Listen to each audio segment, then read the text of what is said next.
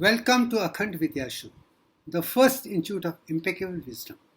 Gargi and Yajnavalkya, a divine discussion on Brahman. My dharma, the impeccable wisdom. My greatest discovery, Divyang, the divine design of nature, which is the perfect object of the universe designed and created. Impeccable wisdom is enlightening, Akhand Vidya wisdom is empowering. This particular picture is about Yajnavalkya in King Janak's court, where they are having a discussion on different subjects during his Rajyog.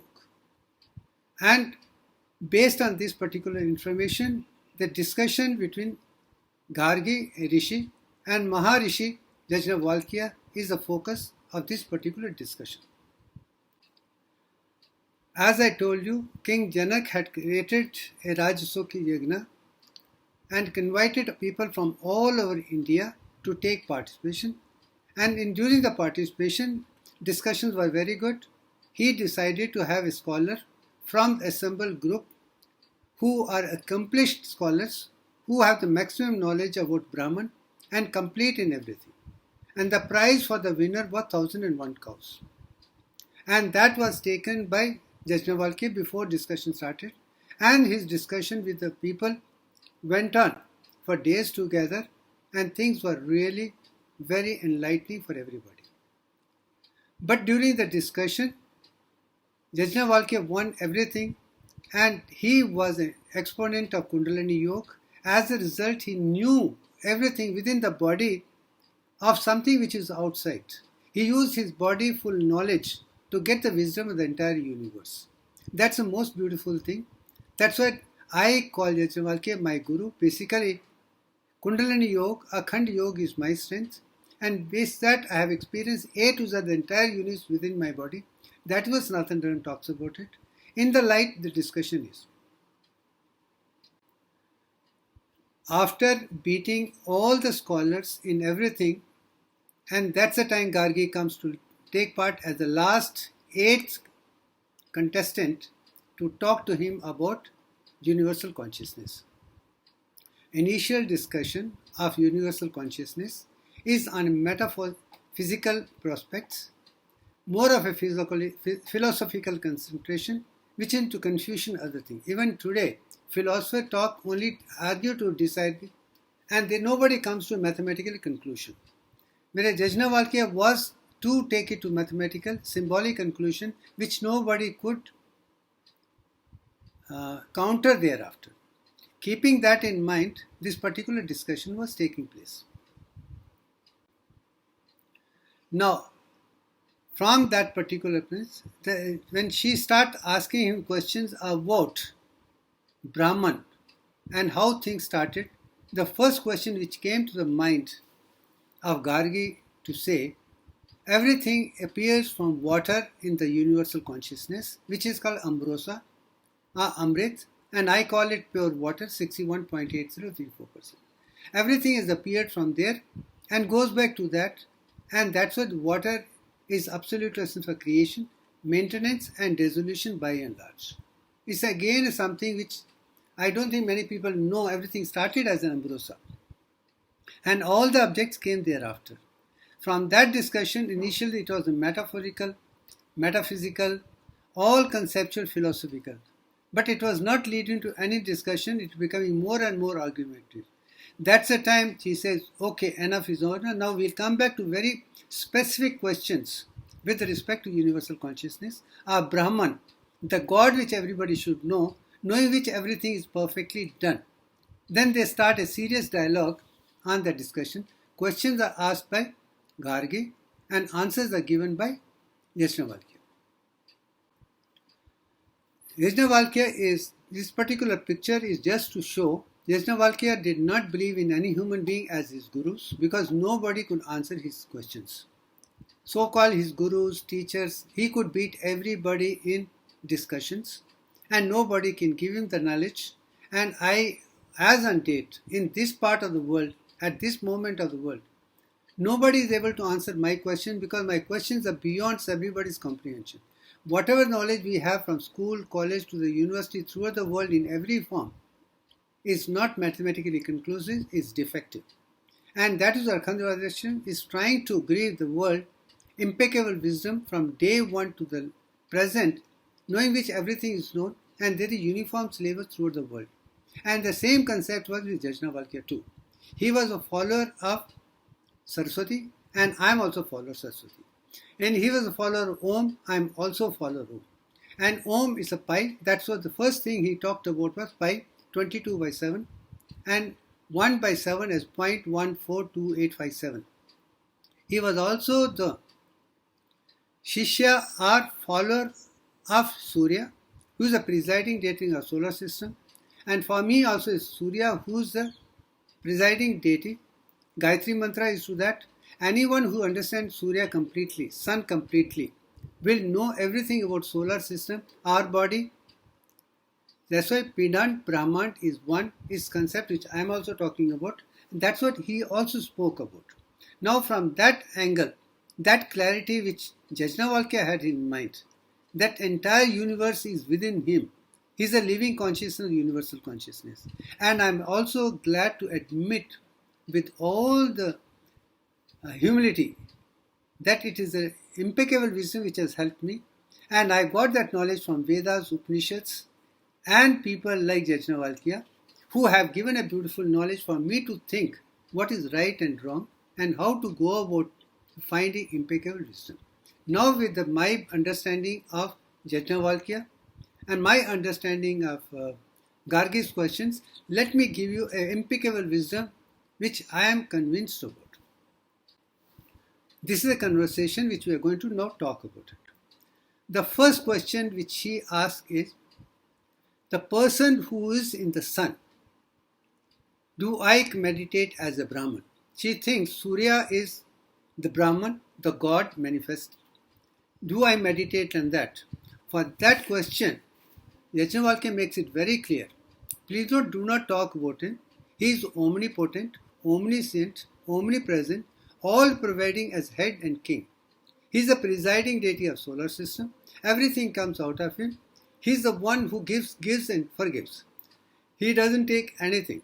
His systematic discipline and all the whole solar system is existing only because the sun's energy. At this juncture, let me put it, I understand there is a nuclear reaction within the sun, helium-4 to hydrogen, which I call Surya, and hydrogen to helium-4, which is Aditi. Daughter and son of Aditi and are our indwelling soul. And anyone who experiences the indwelling soul within the body is able to experience the beauty of Surya because he is the product of Surya, and direct communication with Surya has come out of Surya, will go back to Surya, and that is the knowledge which is there in this particular concept.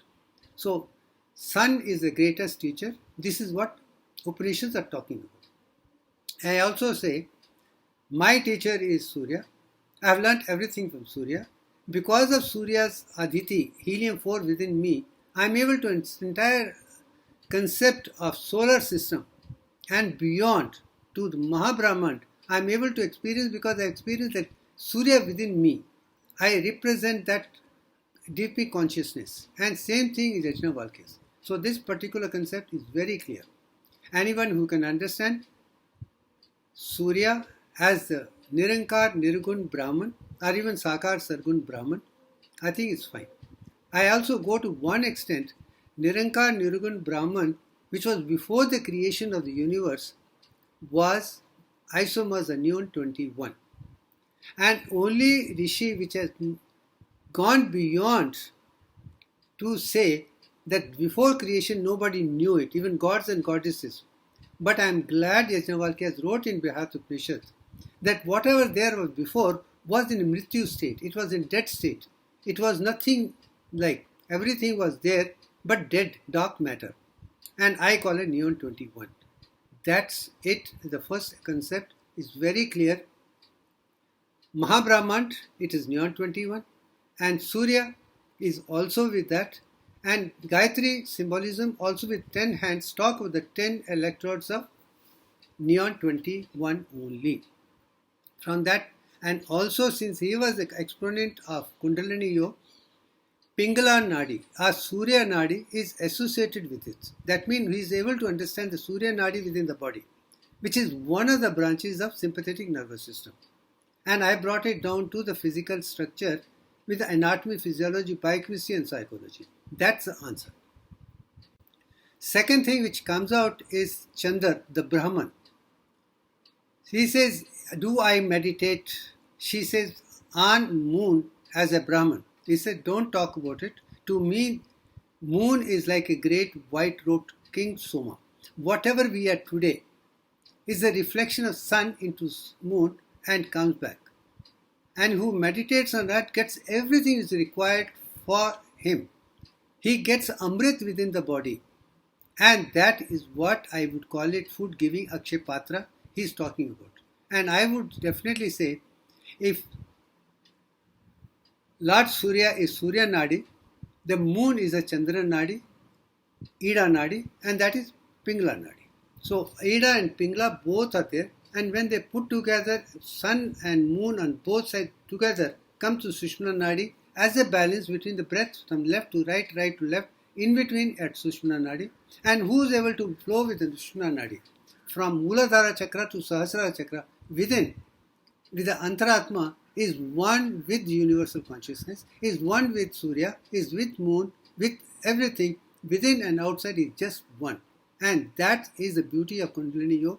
He spoke about it, and I am talking it to the next level of Akhand Yoga, instead of 10.344 chakras rather than 7. And that has to be understood and appreciated. Now, sun has been spoken about, Pingala Nadi, moon has been spoken as Ida Nangli, Chandran Nadi, and then Sushmana Nadi is a beautiful knowledge of Tantra he is giving about it. That is Kundalini Yoga which I am talking about. Next question comes up. The person is yonder in enlightening. I can assure you from my own experience, when I experienced the awakening of Kundalini from Muladhara, going into Brahmanadi after breaking Brahma Granthi, I could experience the lightning within my body. Completely lightning. Like a vowel, like a virus is moving up. And that is what Gargi is asking about. And I'm sure Gargi also had the experience of enlightening within the body, which is associated with awakening, ascension and integration of Kundalini within the physical body. Only one who can do within that would understand the outer lightning. And in that process, which I say, when Neon 21 and Neon 20 together formed Neon 21, there was brilliant effulgence, Prakash Matra, which all the religions are talking about. That is external world. But the light within that will be only one which will give you the knowledge of Kundalini Yoga. And I am glad I have experienced it. Yajnavalkya had experienced it and Gargi had. That's the reason they could discuss and I am able to explain it because I have an experience. You need an experience of Kundalini Yoga to be with universal consciousness. That's the third thing. And here this is talking about Sushmana Nadi between Ida and Pingala. And also Vahani Nadi, it should go up. Ojas has to become Tejas. As a result, you can experience the beauty of universal consciousness, and that is true intelligence. Next comes the question of Akash Bhuta, Akash Paka, brilliant light quintessence. When light was formed, then whole thing will become like quintessence. That means if it is outside, it was light and entire universe is light alone, energy alone. And I can tell you from my experience, after awakening of Kundalini, moving up, after seeing the light, it was energy, energy, energy. It's like a ball of homogeneous light throughout, within body and without. Now I can understand myself. I have understand Yajnavalkya. I can understand Gargi, that we three have the experience of that light within ourselves, that Akash Buddha within that. And anyone who experienced that, knows it, he would have a perfect human beings. His children will be there for Germans and Germans, his family will never, and as a result, he will also become an immortal soul. And that's what Gargi's question is, and that is the answer he has given. And now I am giving that answer with my own experience in my life about quintessence or plasmatic state of the matter. Next comes the air. And after that, from Akash Kosh came the light, which is outside leg, you can see 360 degrees are down. I can tell you from my own experience, once I see the light and then see the energy, then how energy really starts moving around, becomes vibrant within the body. And it starts moving up and coming down. And this represents Panchbhutas and 5 concepts. And they are irresistible. Anyone who can experience will understand the nature completely. And such a person will be completely victorious, unconquerable, and conqueror of the world. We can call it Ajay Purusha alone. That's the beauty of Vayu. After that comes the Agni. And from that came Agni, which I would call it oxygen, which I have experienced. Then whole body became warm. When body warmed, and that is tapasya, and that is what tapas is according to Sadhu. Even you are doing tapasya, your body temperature has to go up. Only then things start moving beautifully. All the deficiencies of the past would disappear only when the Agni comes, when oxygen comes. Your brain will become positive because without oxygen your brain cannot function. And all the nerves, arteries, muscles, everything becomes complete because warmth is required. So that is also one of the responses of the nature to heat up when there is viral infection. But it is going to purify you. Don't stop it with medicines. It will take care, remove all the blocks, energy will start flowing beautifully. Then that's what it is all about. Then next question was Apa, the water. Is that the Brahman? He said, I know about it. And the person who is Apa would represent that all the sense of all the cells of your body, 100 trillion cells of your body, would appear as a ojas or as a sperm within. And that is will produce a new child. That is your reflection. And that is Apa mean it is into procreation for the next generation. And I do know, I have sperms, I have abundance of ojas, I have converted into tejas, and that is intelligence that makes me perfectly physically, emotionally, mentally, spiritually integrated. And as a result, I can say I have a very genetic predisposition, and there is no need for me to think in terms of failing in any of the concept. Brahmacharya mean is a great concept to be perfect in every angle. It's not to be a celibate. That is not nature design. And that's it, this particular concept. I'm able to explain from my experience how I experience it, and I'm talking about the results. Now, after that, do you see the yonder a mirror, a Chaya Purusha, Adarsh Purusha? Within that, Adarsh is ideal. That means you have created a child in your wife's thing, and that child, by and large, is your product, represents you, and done with it. And anyone who has would have a perfect family, and as he shines, so will yours shine. With a good progeny will go together. And the child and mother have a great conversation within the womb, and that is what is reflected in Abhimanyu's life too. And I'm sure my sons are super intelligent, basically because the conversation we had during that purpose phenomena. Now the question is, after the child is born, or is going to be born, is a perfect from every angle, and that is what is talked about as Brahman, the one who can walk around, talk around, do things. Is talking about child or human being. And that particular person is living as a reflection of you, and such an integrated person will be healthy, wealthy, wise, perfect human being, to be like King Raja for Ram Rajya for the world, where everybody thinks perfect. And this particular conversation with Yajnavalkya and Gargi also happened during Ramayana in the same area at the same time, because Janak was father-in-law of Sri Rama only. Now there comes the question of the next one. There is something within the body which is Dikshu, which sees. And what is talking about is a sequence of Indriya, senses, mind, intelligence, intuition, consciousness, awareness. This is a sequence within the body of concept to understand the external world and experience within the body, and that is only one concept. And that one living example of that is Arjuna, who could even see the eye of the bird and the tree and attack it. That precision is called of a person who is real enlightened soul. Next comes the question of a shadow within the body. It's a question which I wonder whether anybody has ever dreamt about it or talked about it. But Gargi spoke about it as the 11th question.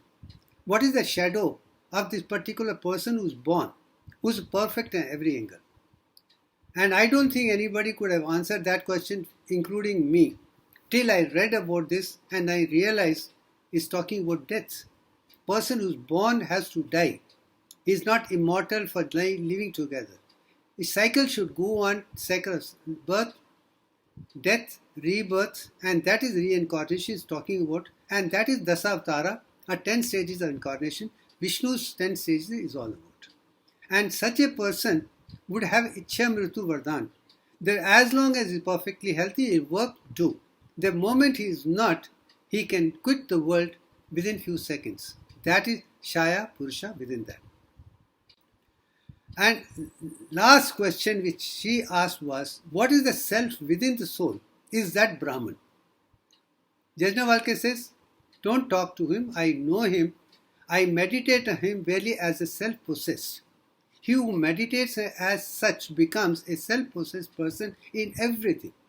That means if you want to be completely omnipresent, omnipotent, omniscient, all-pervasive wisdom of the entire universe, you got to be in tune with yourself, the Antaratma, and I call that as a helium-4 or Aditi, which is produced in the sun from hydrogen to helium-4 or helium to hydrogen, hydrogen to helium-4. I've already spoken about it.